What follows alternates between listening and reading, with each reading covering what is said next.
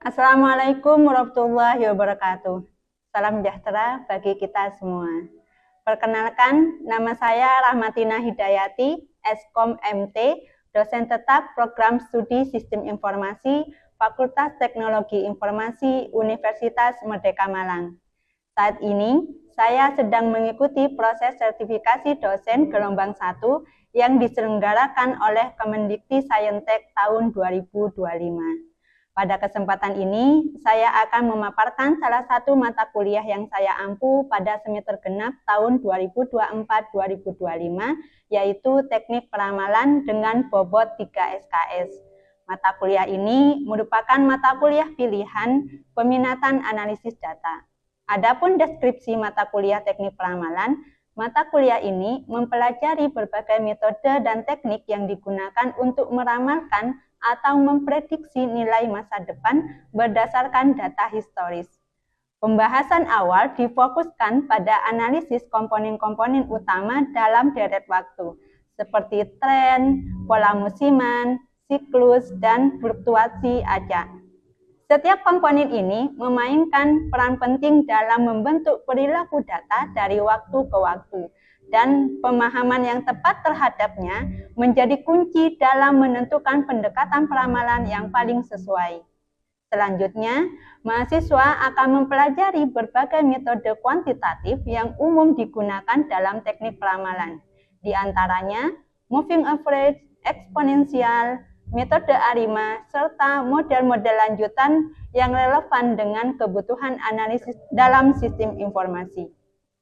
Selain itu, mahasiswa akan belajar bagaimana teknik-teknik ini diterapkan dalam konteks bisnis dan sistem informasi untuk mendukung pengambilan keputusan yang lebih baik. Perkuliahan teknik peramalan diselenggarakan dengan pendekatan problem-based learning, yaitu mahasiswa diberikan masalah nyata untuk dipecahkan melalui praktikum, dan collaborative learning yang mendorong mahasiswa berpikir kritis dan bekerja dalam tim untuk menyelesaikan studi kasus dunia nyata. Mahasiswa dapat mengakses materi perkuliahan serta mengunggah tugas secara online melalui Siakat. Perkuliahan di kelas dilaksanakan 2 kali dalam 1 minggu, yang mana pertemuan pertama membahas teori dan pertemuan kedua penerapan langsung di laboratorium. Untuk capaian pembelajaran meliputi CPL 1, mahasiswa mampu memahami, merancang, menggunakan sistem manajemen data, serta mengolah dan menganalisis data dengan peralatan dan metode pengolahan data. CPL 8, mahasiswa mampu memahami dan mengelola bisnis untuk mengembangkan model bisnis digital yang baru dengan memanfaatkan teknologi. CPL 10, mahasiswa mampu memahami konsep dan memiliki kemampuan dalam melakukan berbagai konsep, metode, teknik, dan tahapan analisis serta visualisasi data untuk menyelesaikan permasalahan data secara tepat. Capaian pembelajaran mata kuliah yang diharapkan antara lain, CPMK 1, mahasiswa mampu menjelaskan konsep dasar teknik peramalan dan aplikasinya dalam sistem informasi dengan tepat. CPMK 2, mahasiswa mampu menganalisis metode peramalan untuk mendukung pengambilan keputusan dalam sistem informasi secara efektif.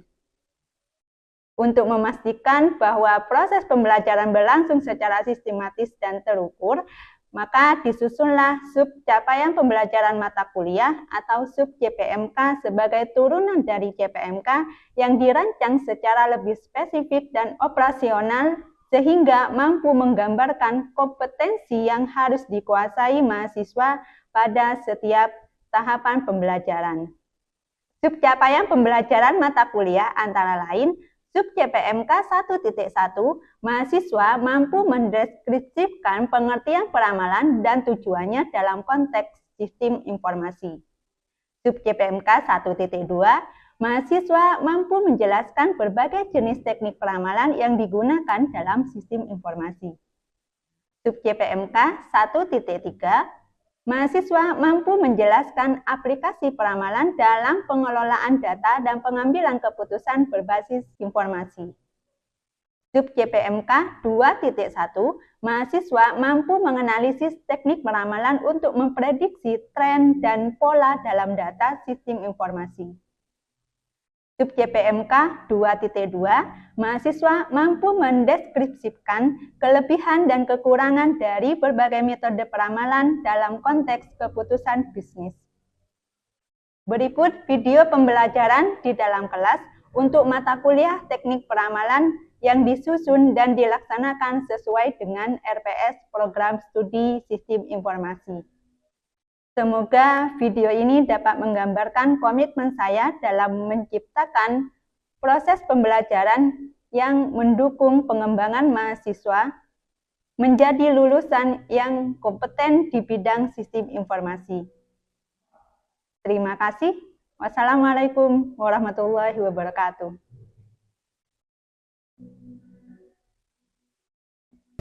Baik, Assalamualaikum warahmatullahi wabarakatuh. Waalaikumsalam warahmatullahi wabarakatuh. Selamat siang dan salam sejahtera untuk kita semua. Kita ketemu lagi di mata kuliah teknik peramalan yang mana pada siang hari ini kita akan mempelajari metode ARIMA. Ini salah satu metode dari peramalan. Dan sama seperti pertemuan-pertemuan sebelumnya ya, untuk 1 minggu ada 2 kali pertemuan, yang mana di hari yang pertama kita akan mempelajari teorinya, kemudian di hari yang kedua masih di minggu yang sama kita akan mempraktekkan di Minitab gitu ya. Jadi untuk hari ini kita fokus ke teorinya. Untuk metode ARIMA itu singkatan dari Regression Integrated Moving Average. Nah, di sini ada notasi yang mana ARIMA kemudian buka kurung P, D sama Q, yang mana huruf-huruf kecil dalam kurung itu menandakan parameter dari ARIMA. Jadi parameter P, D sama Q ini penentuannya kayak gimana? Kita tidak bisa menentukan secara acak. Misalkan P misalkan 1, D-nya kita 0 atau Q-nya sekian. Kita tidak bisa menentukan secara acak karena nanti akan mempengaruhi modelnya. Bagaimana penentuan model ARIMA-nya? Berarti harus memenuhi syarat. Untuk yang pertama, kita nilai D, tentukan nilai D dengan data stasioner. Jadi kita mengecek apakah data kita stasioner atau tidak. Data stasioner itu yang kayak gimana? Nanti akan dijelaskan lebih lanjut. Kemudian kalau kita sudah mengecek apakah data kita stasioner atau tidak. Kalau datanya setelah pengecekan pertama itu stasioner, berarti kita tidak perlu melakukan diferensiasi yang mana nilai D-nya nanti sama dengan 0. Tapi ketika data kita belum stasioner, maka kita harus melakukan diferensiasi. Diferensiasinya berapa kali? Bisa 1 kali, bisa 2 kali. Itu nanti yang menjadi nilai D, gitu ya.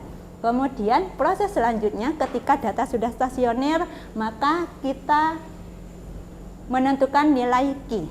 Nilai Q kita tentukan dengan grafik ACF atau Autocorrelation Function. Bagaimana cara membaca grafik ACF? Nanti akan dijelaskan lebih lanjut. Kalau nilai Q sudah, berarti kita terakhir menentukan nilai P. Nilai P didapat dari ACF, yaitu Partial Autocorrelation Function. Nah, ketika kita sudah mendapatkan nilai P sekian, D sekian, Q sekian, berarti kita sudah bisa memodelkan ARIMA-nya. Kita bisa mendapatkan pemodelan ARIMA. Yang dilakukan selanjutnya yaitu pengecekan model, apakah modelnya layak dilanjutkan untuk proses peramalan atau tidak, gitu ya. Nah, untuk data stasioner tuh dikatakan stasioner kalau kenapa? Dikatakan stasioner kalau memenuhi 2 syarat. Syarat yang pertama, datanya stasioner kalau itu terhadap rata-rata. Data stasioner terhadap rata-rata, gitu ya. Kemudian yang kedua, data stasioner terhadap varian. Terhadap rata-rata bisa dilihat dari grafik tren. Kalau grafik trennya ini lurus, yang tanda merah ini, berarti data kita sudah stasioner terhadap rata-rata. Tapi bagaimana kalau grafiknya naik atau grafiknya turun? Berarti belum stasioner. Datanya harus dilakukan diferensiasi, gitu ya. Kemudian Untuk pengecekan datanya apakah stasioner terhadap varian, kita bisa melakukan dengan grafik box checks. Kemudian kita fokus di bagian nilai bawah, yaitu rounded value. Rounded value-nya harus 1 supaya bisa dikatakan data tersebut stasioner terhadap varian, gitu ya. Kita langsung ke contoh. Misalkan ada data, ini data diambil dari salah satu artikel jurnal. Data nilai tukar petani. Nah, data ini kita mau coba lakukan proses penamalan dengan metode ARIMA. Maka apa yang dilakukan pertama kali? Kita mengecek apakah data tersebut stasioner atau tidak, gitu ya. Pengecekan yang pertama, kita mengecek apakah datanya stasioner terhadap varian dengan box check transformation. Ketika dilakukan box check yang pertama, grafiknya di sini rounded value-nya didapat -4. Berarti data kita belum stasioner terhadap varian. Apa yang harus dilakukan? Kita lakukan transformasi box check transformation. Nah, hasil dari transformasi itu kita simpan dalam satu kolom, kemudian kita lakukan proses box check lagi, mengecek rounded value-nya apakah sudah 1 atau belum.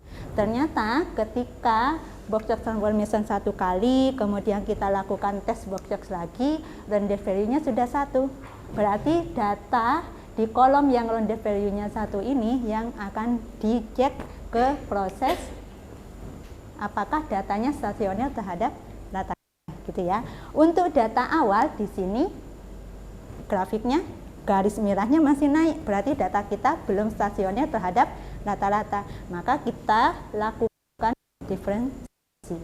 Ketika dilakukan diferensiasi 1 kali, kemudian kita cek analisisnya kayak gimana. Oh, grafiknya masih tetap miring, yang merah. Berarti kita coba lakukan diferensiasi 2 kali, kemudian kita cek di sini, oh ternyata merahnya sudah lurus. Berarti bisa dikatakan data kita sudah stasioner dan layak untuk dilanjutkan ke proses selanjutnya.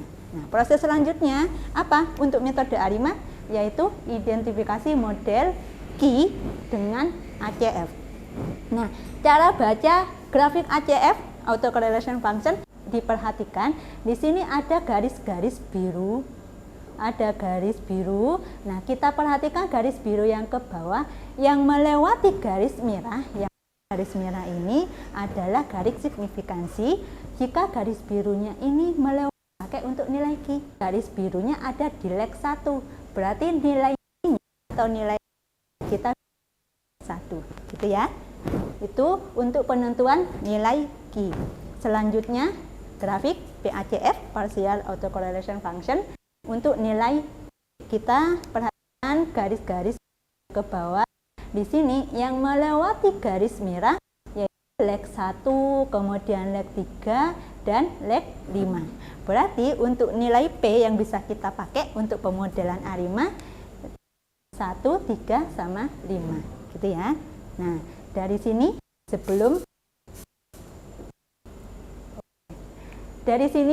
kita bisa mendapatkan model ARIMA-nya yaitu nilai P, D sama Q, yang mana tadi diferensiasinya 2, sedangkan nilai P 3, 1, 3, 5, 1, 3, 5, kemudian nilai Q-nya yaitu 1 semua, ya. Tapi di sini ada pengkhususan. Nilai Q-nya misalkan selain 1 kita coba 0, boleh. Siapa tahu dari model ARIMA yang nilai Q-nya 1 nanti ada yang tidak layak.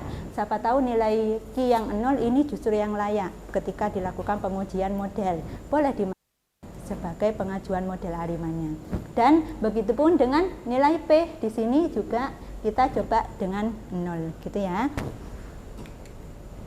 Selanjutnya dilakukan pengecekan model. Pengecekan model ada 3 kali. Pengecekan model untuk melihat signifikansi, pengecekan model uji residual, yang mana uji residual akan dijelaskan di slide selanjutnya. Untuk signifikansi, pengujian kayak gimana? Kalau P kurang dari 0,05 berarti model tersebut signifikan dan layak dilanjutkan ke proses uji residual. Nah, kalau diperhatikan dari 7 model itu ternyata yang memenuhi syarat signifikan ada 4 yang ditandai dengan warna abu-abu gini. Berarti kita sudah mengeliminasi 3 model dan 4 model yang kita lanjutkan ke proses selanjutnya, yaitu proses uji diagnostik, yang mana di sini kita menguji residualnya apakah acak, apakah normal. Nah, untuk residual secara acak kita uji dengan jumbox, untuk residual normal kita uji dengan di sini pakai Kolmogorov. Untuk normality test menggunakan beberapa metode. Di ini menggunakan metode Kolmogorov, gitu ya.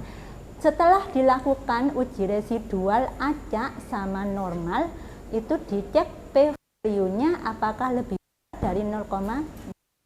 Nah, kalau lebih besar dari 0,05 berarti memenuhi syarat, oh untuk jumbox iya acak, untuk normalitas iya normal. Nah, dari keempat model tadi yang kita lakukan, di sini ARIMA 320, ARIMA 520 memenuhi syarat residual dan normal, gitu ya. Dari 2 model ini mana yang akan kita lanjutkan ke proses peramalan? Kita bisa milih salah satu. Milihnya kayak gimana? Milih error yang paling kecil. Kalau diperhatikan MSE yang paling kecil yang ARIMA 520. Berarti untuk model yang ditandai abu-abu ini yang akan kita lanjutkan proses peramalan di data kita tadi, gitu ya. Dari sini ada yang ingin ditanyakan mungkin? Mbak Dela, silakan berdiri. Jika model ARIMA yang kita dapatkan tidak layak, setelah dilakukan pengujian model, kira-kira bagaimana solusinya? Baik, terima kasih Mbak Dela. Baik, saya nangkepnya itu pertanyaan Mbak Dela, bagaimana setelah dilakukan pengecekan model tidak ada yang layak sama sekali, gitu ya. Nah, itu apakah itu mungkin terjadi? Bisa jadi. Jadi ketika kita melakukan pengecekan model 3 tahap tadi, kemudian tidak ada yang layak sama sekali. Nah, itu bagaimana kalau itu terjadi? Dan bagaimana solusinya, gitu ya Mbak Dela. Terima kasih pertanyaan. Nah, kalau itu terjadi berarti data kita itu tidak cocok untuk model ARIMA. Jadi kenapa? Karena kemungkinan data kita itu ada seasonalnya. Ada seasonal itu maksudnya yang kayak gimana? Kalau ada bulan tertentu datanya yang drastis beda dengan bulan yang lain, misalkan turun ataupun naik. Jadi kalau ada bulan tertentu yang datanya naik drastis atau turun drastis, berarti di data kita ada musimannya. Nah, itu tidak cocok untuk ARIMA, karena ARIMA ini memang tidak mengukur musiman. Nah, solusinya bagaimana? Solusinya bisa menggunakan metode yang mirip dengan ARIMA, menambahkan S di depan, yaitu seasonal. Jadi ada metode seasonal ARIMA yang mana di situ kalau ARIMA di situ kan ada P, D sama Q parameternya, ada 3. Nah, kalau seasonal ARIMA ditambahi parameter lagi untuk mempengaruhi data kita yang seasonal tadi, untuk mengukur bagaimana model dari data kita yang ada musimannya. Jadi ada parameter khusus di metode SARIMA. Nanti akan dijelaskan lebih lanjut di pertemuan selanjutnya untuk metode SARIMA-nya ya. Sekarang kita ke ARIMA. Terima kasih Mbak Dela. Ada yang ingin ditanyakan lagi? Yang lain belum ada. Kalau belum ada berarti gantian saya yang nanya. Nah, kalau misalkan ada data seperti ini, data ini diambil dari artikel ilmiah yang mana ini data saham dari salah satu bank swasta. Nah, ketika datanya dilakukan uji stasioneritas, datanya tidak stasioner dan dilakukan proses diferensiasi 1 kali. Makanya di sini nilai D di tengah itu 1. Kemudian dilanjutkan ke proses ACF sama BACF. Kalau grafiknya kayak gini, ARIMA yang kayak gimana? Yang bisa diajukan? Mungkin ada yang mau jawab? Mbak Emi, silakan berdiri. Model ARIMA itu 010 karena pada model tersebut tanpa adanya proses autoregresif dan moving average, maka nilai dari AR sendiri dan EMA-nya itu 0. Baik, terima kasih Mbak Emi atas jawabannya. Ya, benar. Untuk Model ARIMA yang bisa diajukan di sini adalah 010, karena kalau diperhatikan dari sini grafiknya, oh ternyata tidak ada garis biru yang melewati garis merah gitu ya. Berarti untuk P sama Q-nya 0. Kalau kita belum yakin untuk kenapa P sama Q-nya 0 sih, tidak ada nilainya. Coba deh kita lakukan diferensiasi 2 kali, maka kita coba ke proses grafik ACF sama PACF-nya seperti ini setelah dilakukan diferensiasi 2 kali. Nah, kalau grafik ACF sama PACF-nya kayak gini, kira-kira model ARIMA yang bisa diajukan kayak gimana? Mungkin ada yang mau jawab? Ya, Mas-nya silakan berdiri. Jadi model ARIMA nilai Q-nya 1, sedangkan nilai P-nya itu 1, 2, dan 3. Baik, terima kasih. Silakan duduk. Untuk jawabannya sudah benar. Di sini kalau diperhatikan di grafik sebelah kanan, nilai Q yang melewati garis merah itu cuma 1, sedangkan nilai P pada grafik PACF yang melewati garis merah itu 1, 2, sama 3. Itu yang bisa diajukan sebagai model ARIMA, kemudian kita lakukan uji selanjutnya gitu ya. Dari sini ada yang ingin ditanyakan? Berarti saya anggap sudah paham ya. Kalau tidak ada yang ditanyakan, saya harapkan belajar dari kedua data ini, data dari artikel ini. Jadi sebelum pertemuan kita praktek, mahasiswa saya harapkan belajar dari bagaimana artikel ini menganalisis data yang dipakai, menganalisis itu. Saya harapkan mahasiswa belajar mandiri dulu sebelum kita ke prakteknya, gitu ya. Ada pertanyaan lagi? Belum ada? Kalau tidak ada, kita bisa mengakhiri pertemuan pada siang hari ini. Terima kasih atas perhatiannya. Mohon maaf kalau ada kekurangan. Selamat siang. Assalamualaikum warahmatullahi wabarakatuh.